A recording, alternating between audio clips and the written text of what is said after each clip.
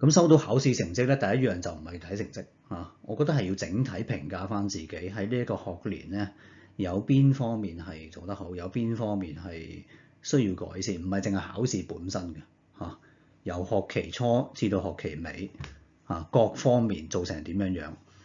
啊？第一就係平日嘅操練啦啊，即係除咗做學校老師要求做嘅功課之外咧，自己有冇主動揾多啲練習去做啦啊？一啲唔熟嘅 topics 啊，一啲唔熟嘅題型啊，或者文字題，或者多項選擇題啊，有冇多啲去操練咧？平時上堂有冇留意老師講解嘅方法咧？啊，有冇留意老師點樣去寫步驟啊？啊，或者一啲比較難嘅題目，有冇主動去記住啲解題嘅方法？呢個好緊要啊！其實考試大部分嘅題目咧，都係平時做過嘅。如果平時有主動去記住個方法咧，咁考試應該係會順利好多嘅。咁另外 careless mistakes 咧，有冇盡量去避免啲 careless mistakes 咧？啊 ，careless mistakes 其實同個習慣有關啊。如果錯得比較多咧，某啲題目比較錯得比較多咧，其實都係同個習慣有關嘅。咁應該係及早去改善翻個習慣啦，咁就可以避免 careless mistakes 嘅。咁同學仔除咗留意失咗幾多分之外咧，亦都留意失分嗰個原因嚇，睇下個分佈嚇，睇下主要係啲咩原因而導致失分嚇。最常見嘅原因咧都離不開呢幾類嘅。第一咧就係大意啦 ，careless mistakes。好多同學仔咧都係做啲比較容易嘅題目咧嘅時候會有 careless mistakes 嘅啊。咁我哋可以調整下自己嘅習慣嚇，就算見到啲好淺嘅題目咧，個心態都好似係做緊一啲比較難嘅題目啊。步步為營咁嘅心態咧，咁就可以避免 careless mistakes 嘅。第二類咧係溫習不足，或者係溫漏某啲題型或者某啲公式溫漏咗嚇，咁其實呢樣都可以避免嘅嚇。考試之前啦，溫筆記啦嚇，如果溫書咁啊最好啦，咁就一定唔會遺漏啦。第三個原因係題目比較難嚇，咁呢個就好個人嘅嚇。咁 Jimmy Sir 嗰個睇法就係點樣先為之難嘅題目咧？就係一啲你平時未見過嘅題目啊，你平時未做過嘅係考試先見到嘅，而考試嗰陣時你因為時間嘅關係或者緊張嘅關係咧，你可能未必好快諗到啊。咁呢啲就係為之難嘅題目。第四就係時間唔夠啦，時間唔夠有兩方面嘅，第一方面就係做啲難嘅題目會唔夠時間，咁呢個其實係值得理解嘅，好多同學仔都會有呢個情況，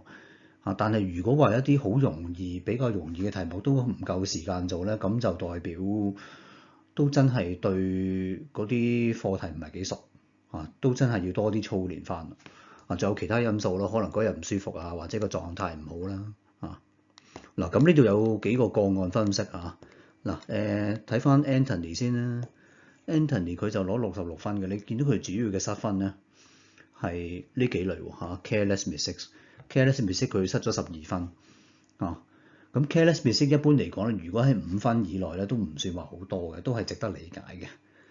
啊，但係如果係5至10分啊，甚至超過10分咧，咁都真係幾 careless 啦嚇。咁所以 Anthony 咧，都喺呢方面需要改善啦嚇，同埋 Anthony 都有溫漏嘢嘅情況嚇，冇咗8分嚇，都係比較多嘅。題目比較難啦，冇咗12分嚇，咁可能 Anthony 對某啲課題、某啲題型本身都唔係咁熟㗎，所以佢會覺得難嚇。Bobo 又如何咧？Bobo 嘅主要失分咧係時間唔夠啊，時間唔夠咧，就令到阿 Bobo 冇咗8分嘅嚇。咁如果佢可以克服呢個問題咧，其實 Bobo 可以更加好添喎，係嘛？佢本身應該有82分，係嘛？Coco 啊真係最好啦嚇，Coco 係4平8穩㗎嚇。佢失分最多都係因為題目比較難啦嚇，失咗5分，唔算話好多嚇。咁始終尤其是中學嗰啲試卷啦嚇，通常都會有10至15分比較難嘅題目啊。咁佢呢度難嘅題目失咗5分咧，唔係話好多嘅。每一次考試嗰個深淺程度都有唔同啦嚇，咁所以我哋唔好淨係睇幾多分嚇，咁有幾個指標咧可以幫你哋去評估翻啦，自己到底個表現係好定唔好嘅咁第一個指標就係平均分平均分大家都知道係咩概念啦，唔需要我多講啦。譬如今次考試平均分係68分咁而我嘅分數係82咁我可以計一計相差幾多82減68係14咁14分都比起平均分咧多超過10分咁即係我個表現都算係幾好如果嗰個分數係比起平均分多20分或者以上咧，咁就係非常之好添啦咁相反，如果個分數低過平均分咧，咁啊真係需要努力啦另外有兩個指標咧係median 同埋 upper quartile嗱，咁個概念其實好簡單，睇睇呢幅圖好快就會明㗎啦咁其實喺中二咧中二嘅同學仔都會學呢啲關於統計嘅概念median 咧就係排喺中間嗰個同學仔，佢係攞幾多分㗎譬如個 median 68分即係排喺中間嗰個同學仔係攞68分咁你就睇下你自己嘅成績係多過68啦，定還是少過68咁譬如我個成績係59分嘅59分都好明顯係低過 median 咁即係我個名次咧都比較後，另外一個指標咧就係 upper quartile 啦嗱，咁我哋睇翻呢幅圖咧嗱呢一度綠色呢度綠色呢度就係嗰啲考得比較好嘅同學仔啦咁我哋喺呢度再分開兩份箭嘴呢一度咧個意思咧就係 upper quartile 啦咁譬如今次考試嗰個 upper quartile 咧係79分嘅好啦，咁你就同呢個79分去比較翻啦咁如果你嘅分數係比79分再高啲咧譬如係83分92分咁你就真係算係幾好啦，即係你係屬於係藍色呢一個位置嗰度其實即係佔咗整體嘅25% 啦即係如果你嘅分數比起 upper quartile 係更加高咧咁你就係最高分嗰25% 嘅同學仔啦，咁樣去理解啦咁一般嚟講咧，如果你去問老師咧，老師都會透露嘅個 median 係幾多upper quartile 係幾多，老師一般都會講俾你聽嘅。但係如果你直接問老師個名次咧，老師係未必會透露喎咁所以你哋可以不妨咧問一問老師今次考試嗰個 median 同埋 upper quartile 係幾多咁你就可以大概估計到自己個名次係去到邊度嘅。數學考試通常有3種唔同程度嘅題目嘅最淺嗰啲就係Level 1嘅題目啦